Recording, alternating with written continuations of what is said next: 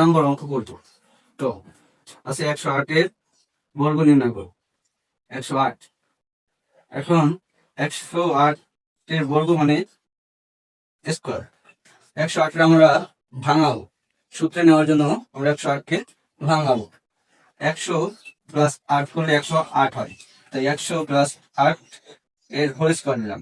এখন 100 হচ্ছে এ আর 8 হচ্ছে বি, তাই এ প্লাস বি এর হোল স্কোয়ার সূত্র a square plus 2ab plus b square.